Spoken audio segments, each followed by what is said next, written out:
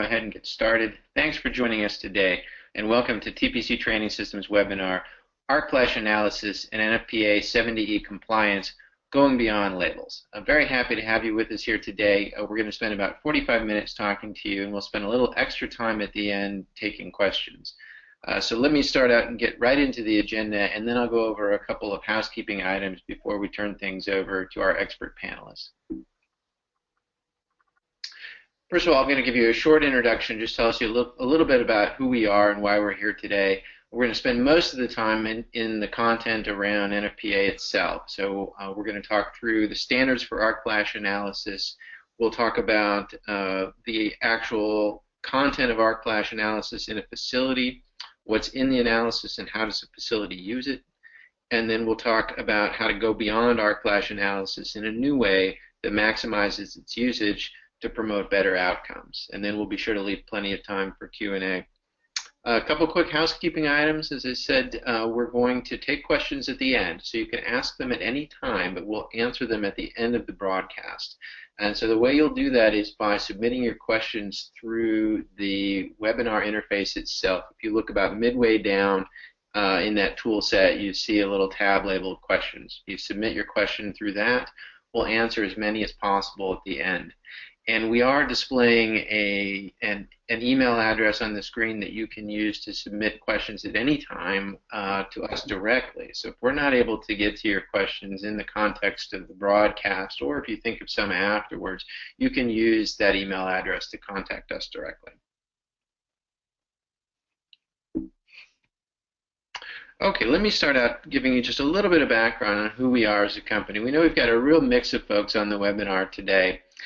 Some of you may not be familiar with us as a company, so I'll give you just a brief introduction. TPC Training Systems is the leader in industrial skills training, and Arc Flash really sits in the sweet spot of some of the industrial skills training that we provide. So we're really comprised of 4 primary brands, each with its own specialization, and all of those brands are really coming together today to deliver this content. TPC Online is our online learning capability, and that's reflected in over 1,000 hours of online content that's available through our learning management system. TPC TrainCo is our instructor-led division, and we have somebody from that division as one of our expert panelists today, Bob Kluke. We teach over 1,000 electrical training classes every year, so what you'll be hearing on this broadcast is just a very, very small slice of what we deliver in those trainings, which are typically 2-day trainings. And TPC Consulting Services provides our specialized facility-specific analysis and training, so that includes the work that we do in arc flash analysis. And then iSchematic is our system mapping platform, which provides the delivery mechanism for arc flash analysis, in addition to its capabilities in other forms of system mapping. So we're really talking about 3 of those capabilities coming together to deliver information to you today about the regulations around arc flash analysis. So let me spend just a minute to introduce you to our expert panelists. I'm honored today to be joined by Bob Kluke, who, as I mentioned, has been a TrainCo instructor with us for the last decade, and he also brings 4 decades of experience as an electrical contractor. So he's truly an expert on the OSHA and NFPA 70E codes and regulations around arc flash. We'll be talking to you about that. And then Casey Smith is an electrical engineer. He is with our Consulting Services division. He has over 30 years of electrical engineering experience, including arc flash engineering studies. So he'll be talking to you about the nuts and bolts of what's contained in arc flash analysis or an arc flash engineering study. And I'm Eric Anderson, VP of Marketing.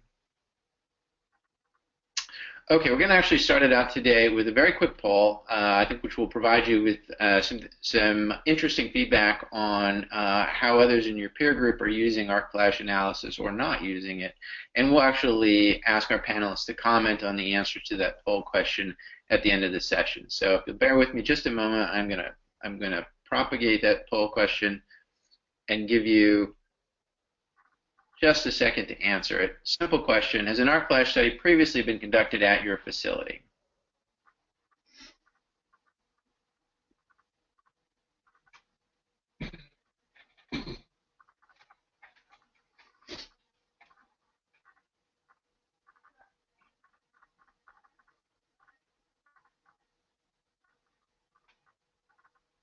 give it just a minute more. Okay, it looks like just about everybody has voted. Good result there, and we will come back to that result, as I said, at the end of the remarks from our panelists here.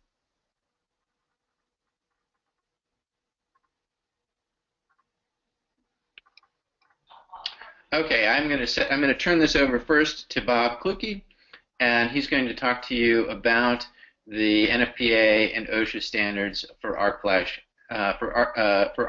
safety.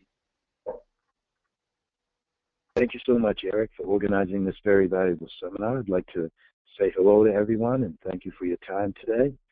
I'd like to step back a little bit to the year 1969. In that particular year, we did have 16,500 deaths in the workplace. So it became fairly obvious that something had to be done. So in that year, Congress did introduce the OSHA Act, and in 1970, President Nixon signed it into law.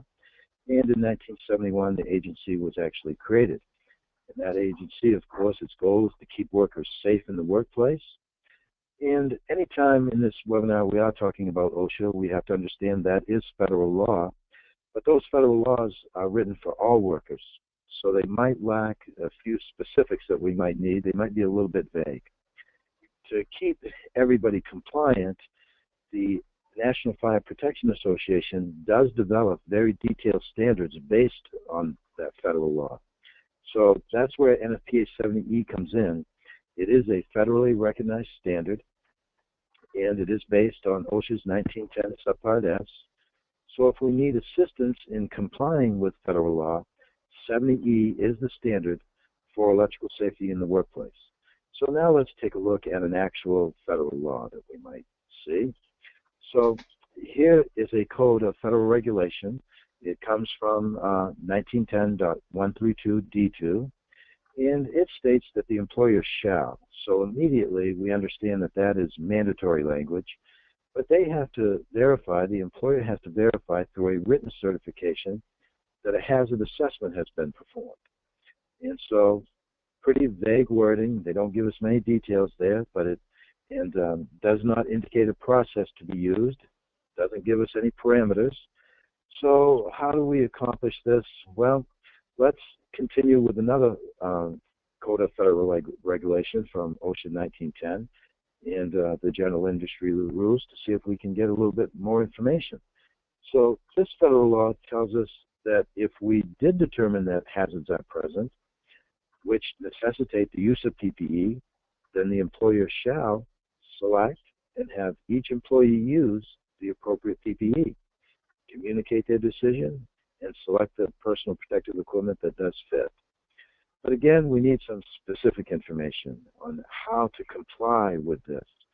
So for more details, let's now look at what 70Es might say about labeling. So right off the bat, it says electrical equipment such as. So they give us a few examples, but this list that they give us is not all-encompassing. So 70E tells us that switchboards, panel boards, industrial control panels, meter socket enclosures, motor control centers, in other than dwelling units. So when they say that phrase, the only buildings that are exempted from this requirement are single-family and duplex homes, that the equipment shall be field marked. So we have to, in the field, get a label on that equipment, and that label has to have some information on it.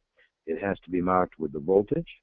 It has to be marked with the arc flash boundary, and then at least one of the following, either the incident energy or the arc flash PPE category, but not both, it says.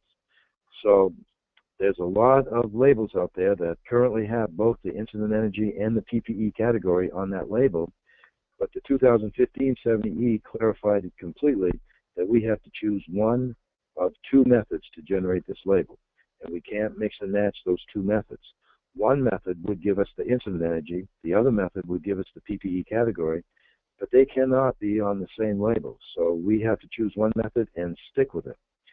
So now let's take a look at what those two methods actually entail.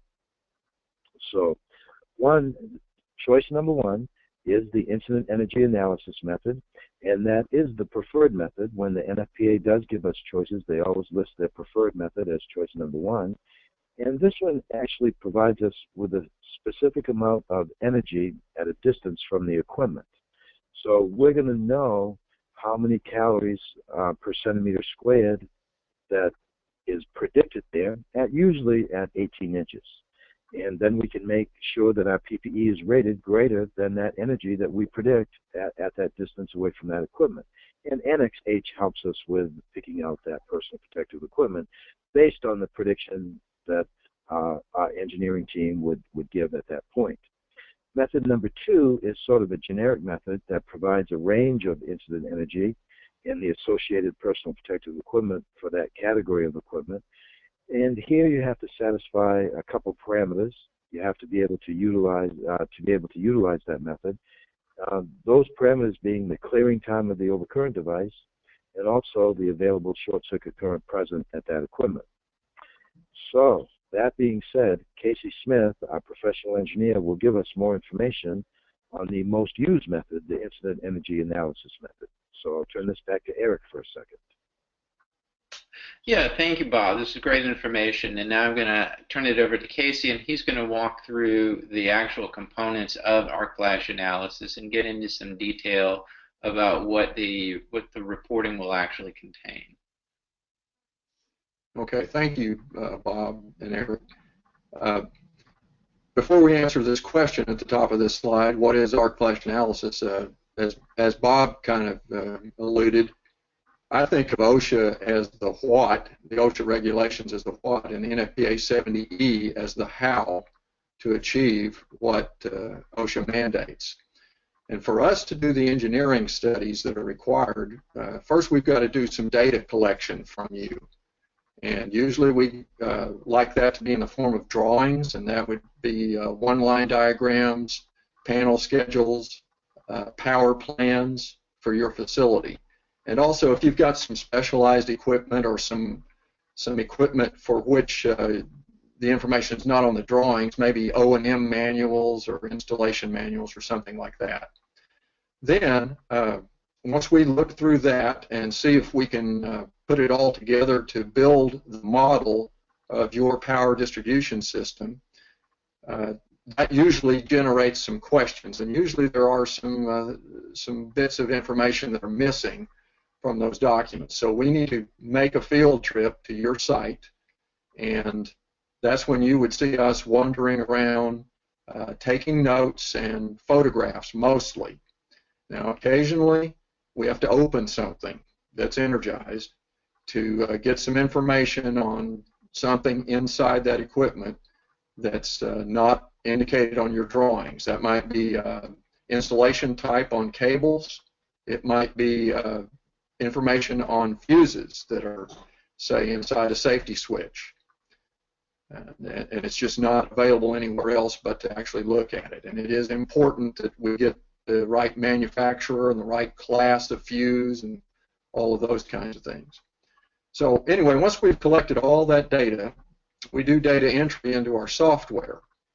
And then we execute that software to perform the calculations. In the next few slides, we'll talk about that. And once those calculations are done, we can actually write a report for you that's specific to your facility, and we're ready to print your arc flash labels. And once all that's done, the people who are going to interact with this energized equipment probably need some training. They need to know which equipment they can get into energized and which they cannot. They're going to need to know which PPE to wear, and they're going to need to know which PPE to purchase and things like that. So the training is pretty important after you get your study done, or you can actually do the training before it's completed, but it ought to be pretty close together. All right, next. Well, there are three major components of this. It's actually three different engineering studies that have to be done, and we complete them in the order that's shown here. And we need to model your facility's power distribution system with a one-line diagram And that's what's shown on the left here, and it's a bit of an eye chart. And once we build this model and we enter all the data that we've collected, we can complete the studies. And the first one, it gets several different names, and you might hear me use any one of these, but we'll start with short circuit calculations. Those calculations are done at every bus that's shown on this one-line diagram. And the buses are the thick horizontal lines. And examples of the kinds of equipment that are buses in this model are switchboards, panel boards, motor control centers, and safety switches. So, like I said, we'll do this at every bus location, these calculations. The next one is the coordination study. That the overcurrent protective device coordination is quite a mouthful, so usually I'll just say coordination study. And that's where we'll generate time current characteristic curve plots of protected devices that are in series. And your protected devices are breakers, fuses, and protective relays that operate breakers that don't have their own operating mechanisms. So think of this way. I'm going to take a vertical slice of this one-line diagram. So we just have a part of this. And that would be the series elements here. And I'll plot the different time current characteristic curves of this. And we've got one coming up in a few slides. And I won't do this for everything. I'll make a strategic decision to pick the worst cases of this. And then once these two studies are done, we can do the actual arc flash study, the incident energy analysis. And from that, we can generate your labels. All right, next. More about the short circuit calculations. So I said we're going to do the calculations at every bus, and we need to collect, part of the data that we collect is we need to know about all of the fault current contributors on your site. Well, obviously the electric utility that provides power to you is the main fault current source, but if you've got a generator on your site and it could be running at the same time as the utility has power to the site, that's a fault contributor. If you've got solar panels on the roof or a wind turbine group, those are all fault contributors. And even your motors on your site, if they're large enough, can be fault contributors. When there's a short circuit, instead of current flowing into that motor, it starts flowing out of it. So it's pretty important to know all of the fault contributors, and we need to calculate how much current that is. And we make these calculations. They're three-phase, line to line, and line to ground. Usually the three-phase calculation is the greatest magnitude one. And I'll let you read the second bullet there, and I'll try to explain it a little bit. So I'll be quiet for a second.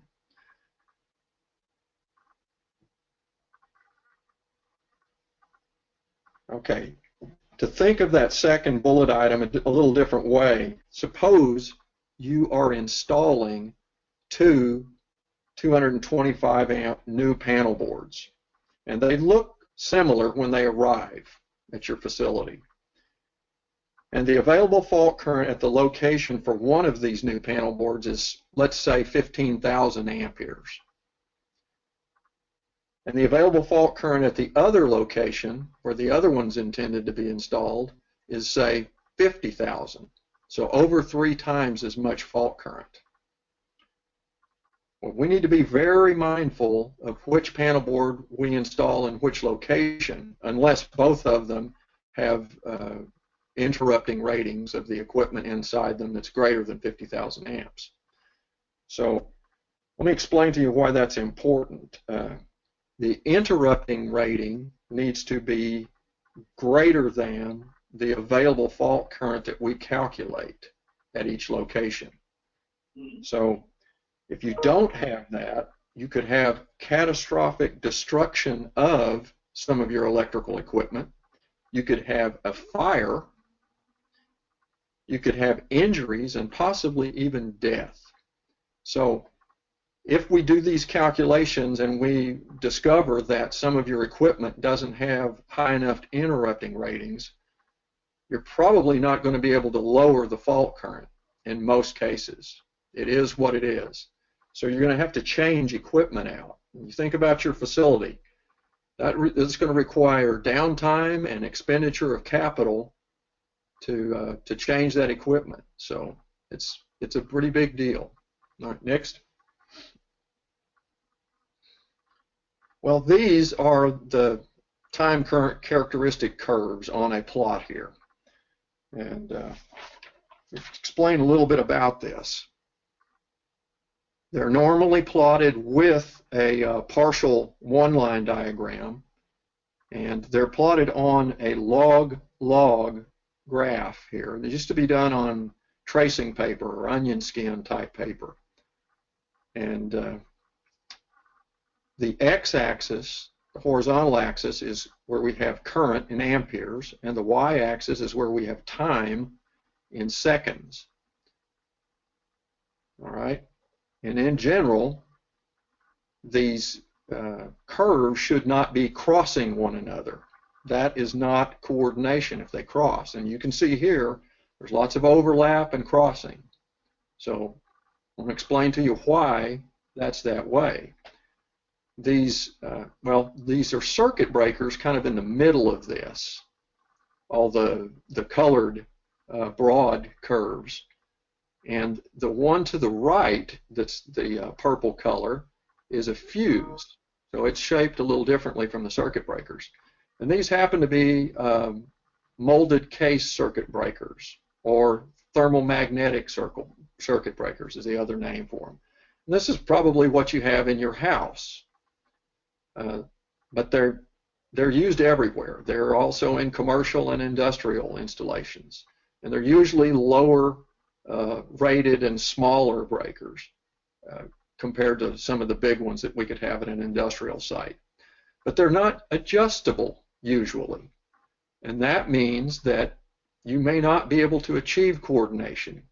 And also, if, say, the olive colored one on the left is a branch circuit breaker, say 50 amps in a panel board, and the purple one next to it, which is partially obscured, is the main breaker in that same panel board. Say it's 100 amps.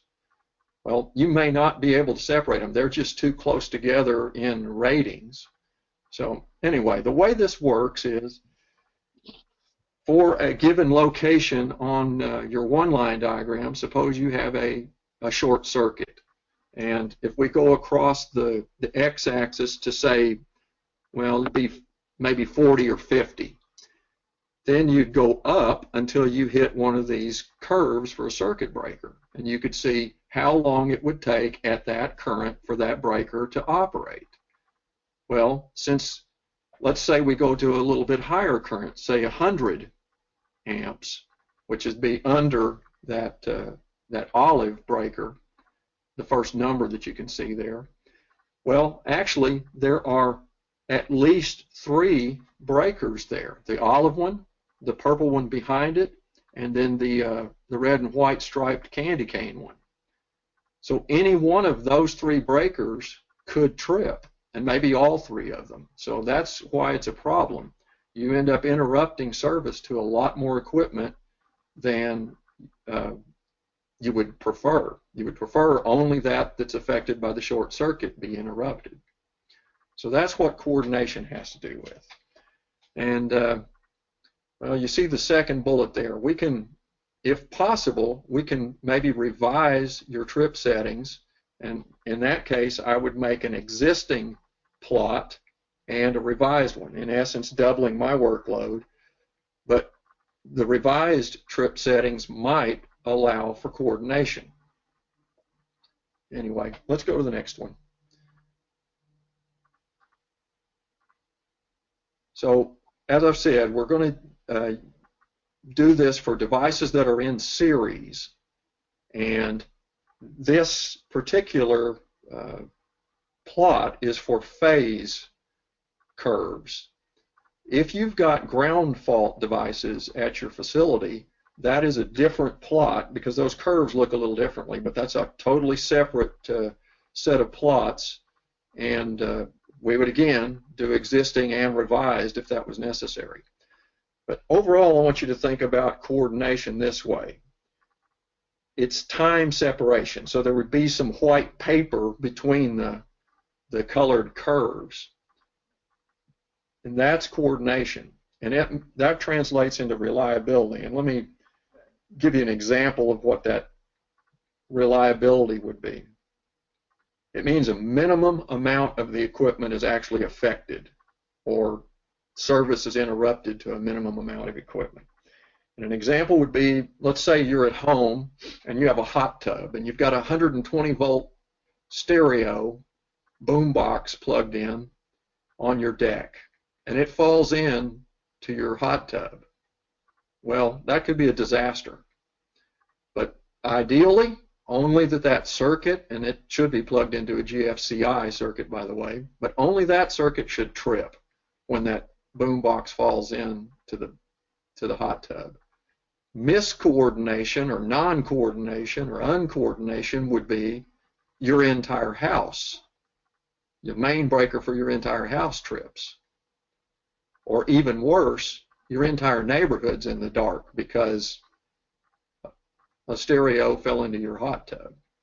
So that's why coordination is important. Next. Well, this is what you're waiting for here, is the arc flash label. Well, the things that happen, well, let me back up here. Bob's already mentioned that we measure incident energy in calories per square centimeter. And below 1.2 calories per square centimeter, we consider there to be no arc flash hazard. So we wouldn't even generate a label for that. And 1.2 calories is where a second-degree burn would occur on unprotected skin. All right? So time and distance are very, very important for how much incident energy you're subjected to. If you can get farther away, that's very helpful. And if you can shorten the time that you're exposed to this, that's also very helpful. Well, some of the things that go into these calculations are, as you can see, the working distance, and that is a function of the equipment type. And my software usually gets this right, and it's also listed in NFPA 70E and NXD. And typically for low voltage stuff below equipment below 1,000 volts, it's 18 inches. Say for panel boards or motor control centers, it's 24 inches for low voltage switchboards, and it's 36 inches for medium voltage switchgear like 5 kV and 15 kV equipment. So we can't do anything about that. That's just going to be what the equipment is.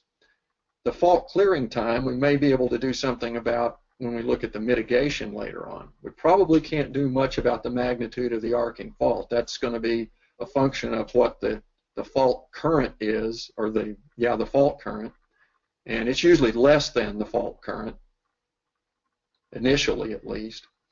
So we have to do the short circuit calculations and the coordination studies to get to this point.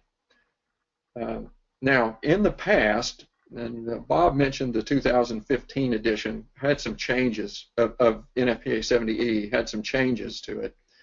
In the past, if the incident energy was greater than 40 calories, so 1.2 calories per square centimeter is the minimum that we are concerned about, and above 40, we used to print a label with a red stripe at the top, and it said danger or dangerous, and it said no safe PPE exists. Well, that's not exactly true. It wasn't then, and it's not now. And the revised version of 70E, they've changed this up a little bit. I would still print this with a red label, and I'd still say danger, but I would no longer say no safe PPE exists. In the past, I've worn a 65 calorie suit, and I know that there are 100 calorie arc flash suits out there as well, and more, some rated higher than that, I believe. So now we would just say you need to have PPE that is rated higher than the arc flash incident energy hazard that's available. So that's the kind of thing we would do now. Well, there are ways, I mentioned that there are ways we might be able to mitigate the arc flash hazard. So that's on the next slide.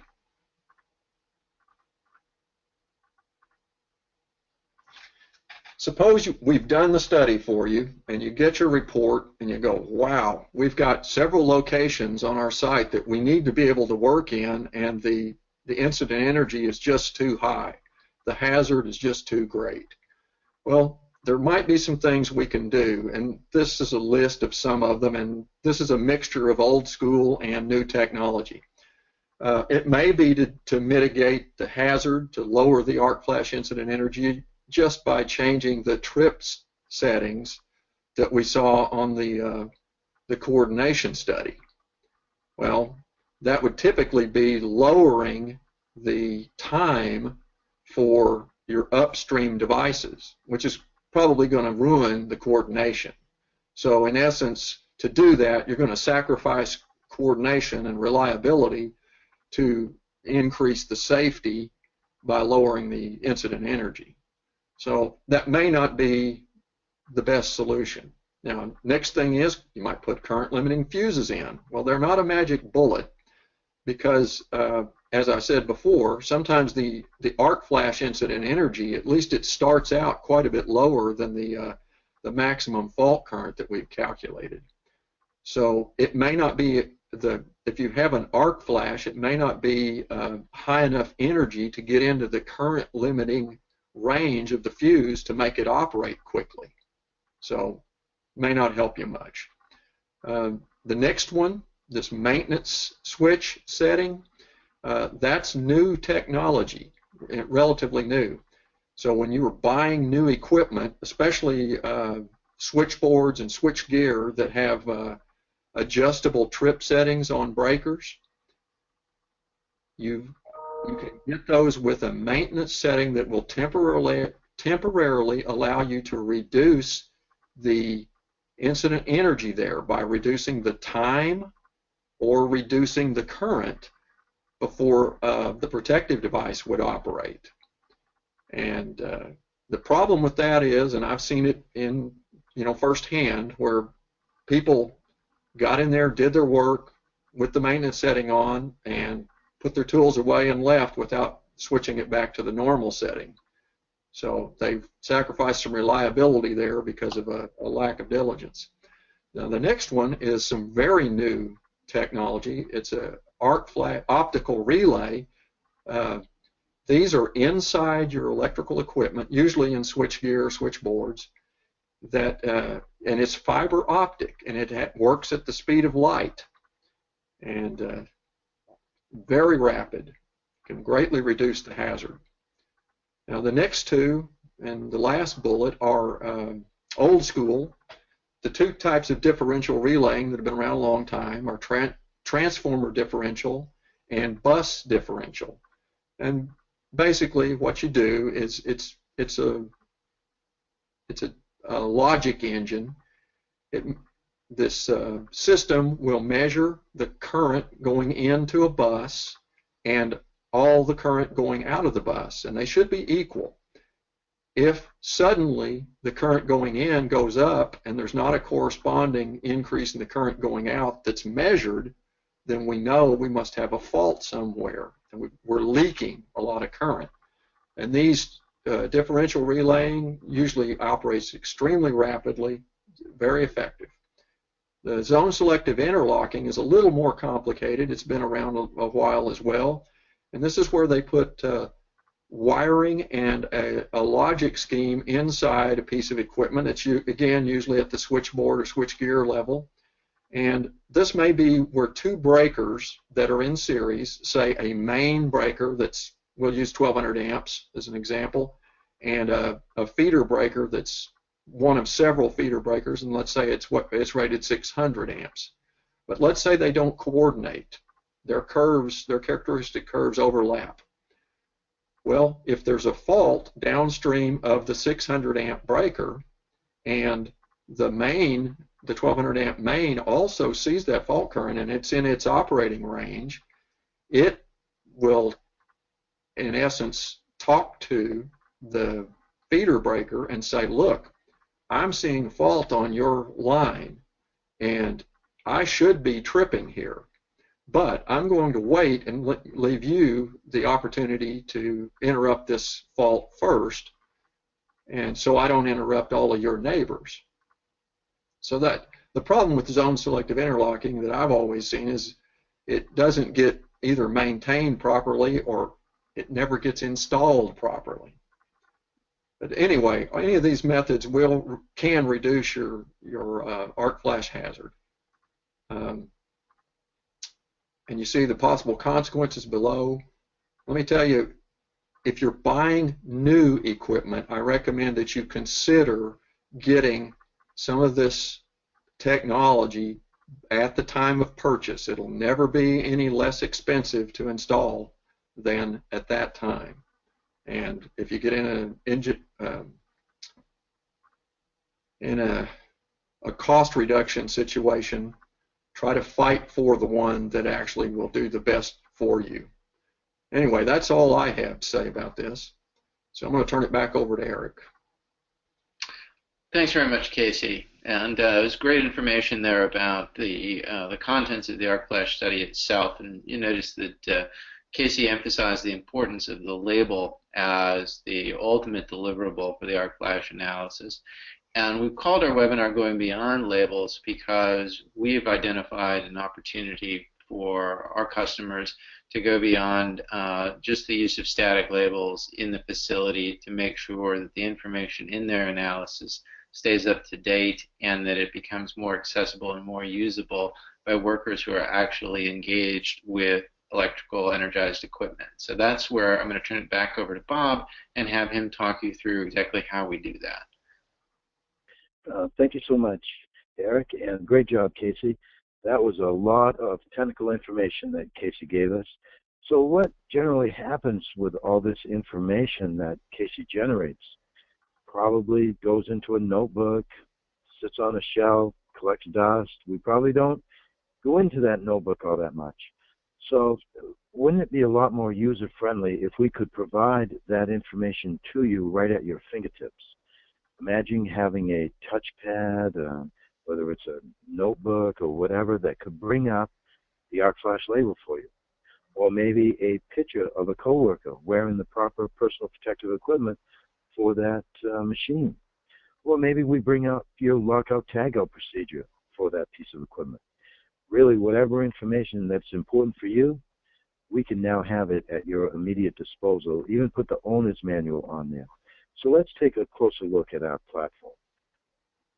It is called iSchematic, and this platform will allow your workers to have access to those single line diagrams or even associated systems like hydraulics or pneumatics right at their fingertips.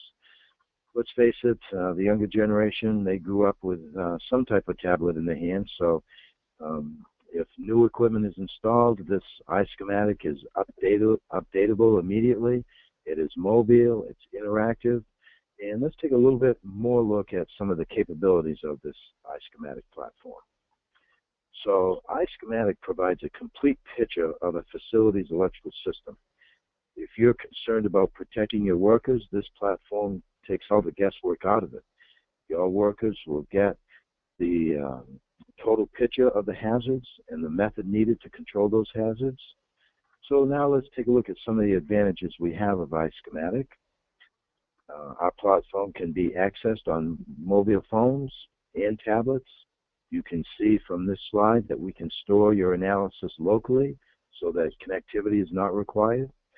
Large facilities can utilize iSchematic to tie all the information together, such as the third shift added new parameters to a VFD. We could update that immediately. That information would be available to the next shifts that came on board.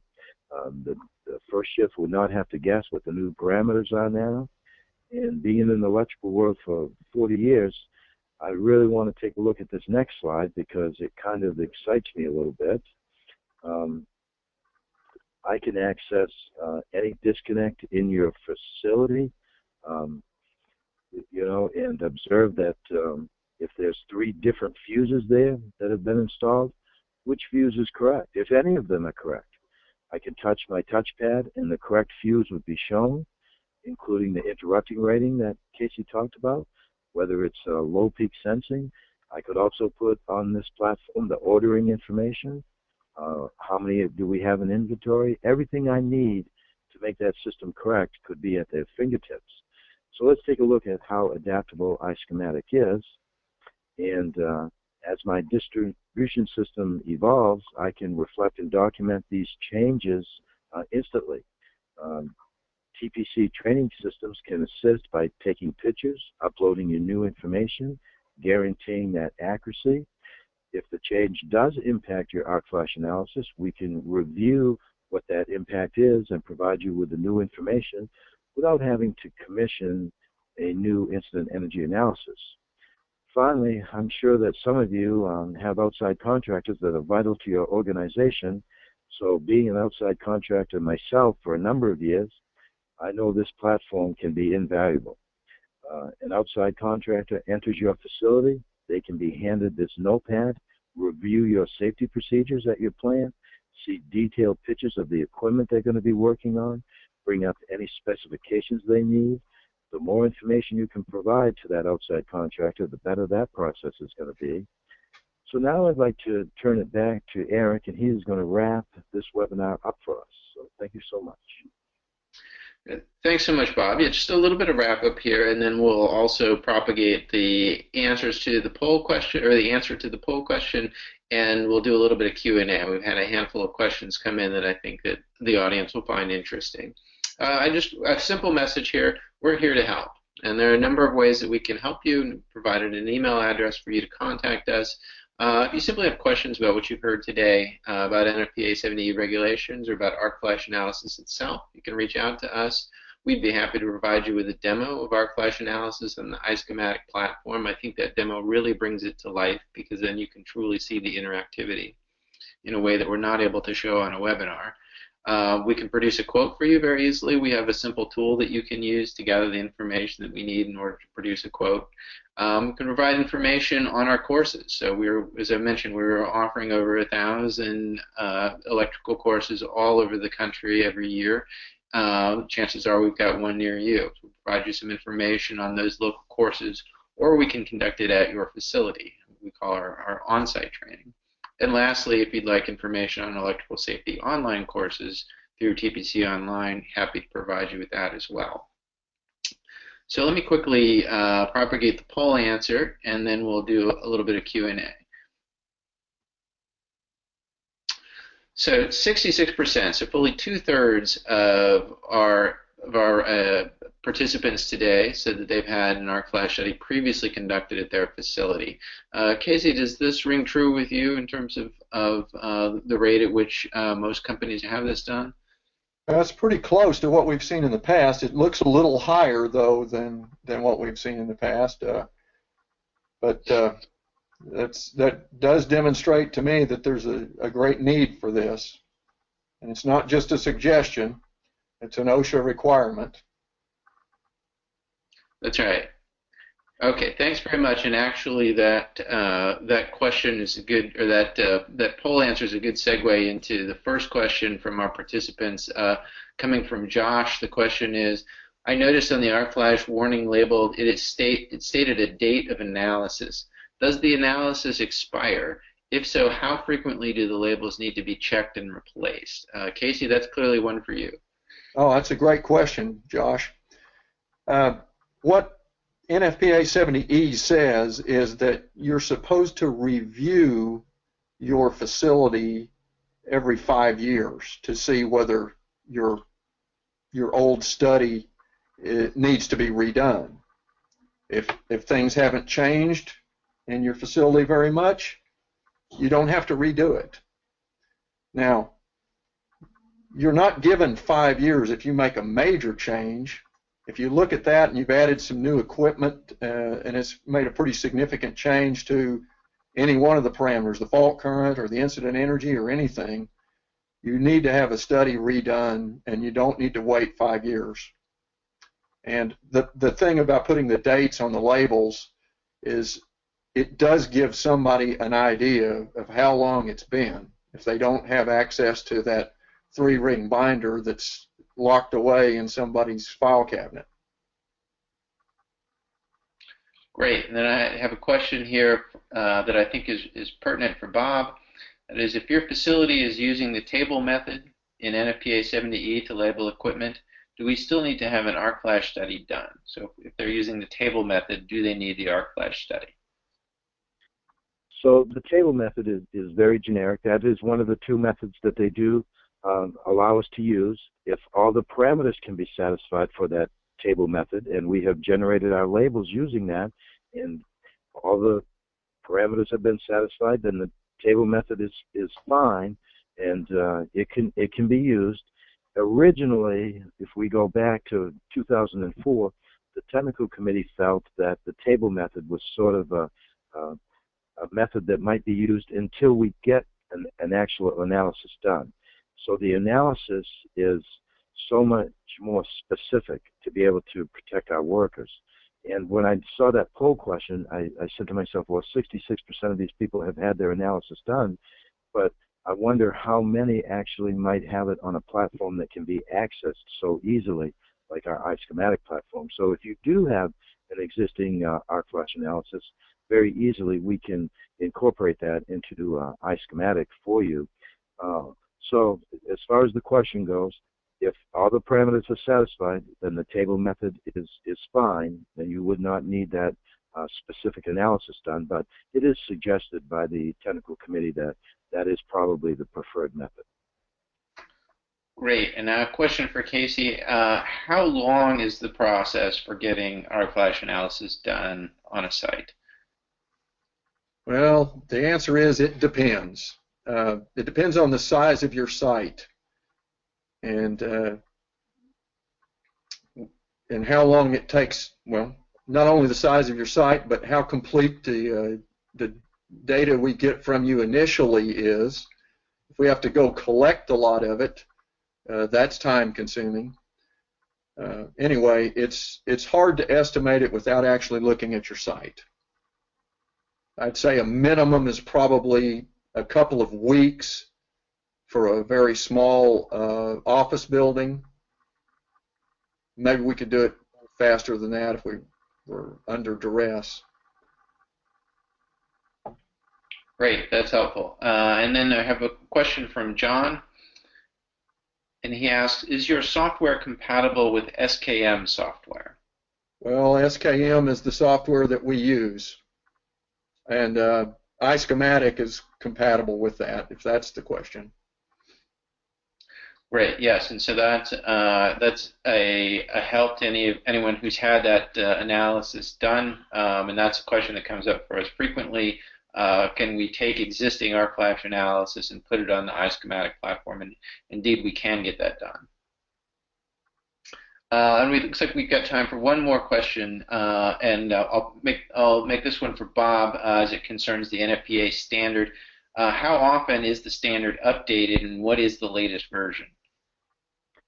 Okay, the latest version is the 2015 70E, and it currently is in a revision cycle of every 3 years. We have already gone past the opportunity to submit proposals for the 2018, but the 2018 is in the works. Proposals have been submitted, and we will see that new version probably late in 2017. Would be able to probably get our hands on that copy. So every 3 years it's going to be updated. Great. And actually, we do have a follow-up question from John, and I think it's an important one, so I'm going to go ahead and ask that one as our last one, and that is, does your software accommodate arc flash calculations for DC systems? Yes, I can do DC systems. The standards in NFPA 70E are not as developed, and I would say that the we have to be careful how I word this. I would say that the calculations are in a little more dispute that they use for DC, but we can do something so that you can at least be safer. Great, thank you so much. And that will conclude our webinar, and thank you so much, panelists, and thank you, audience members, for tuning in today. I do have one last request for you, and that is when the webinar closes, it will produce a survey, a short survey. If you can answer that, it will help us to tailor future webinars to your interest and let us know how we did with this one. So very much appreciate if you can answer that survey. It'll also appear in your inbox, I believe, an hour after the webinar ends, and that's the last time we'll bug you for that information, but it's very helpful to us if you can provide that. Thanks again. We really enjoyed presenting to everybody and appreciate your time and attention today.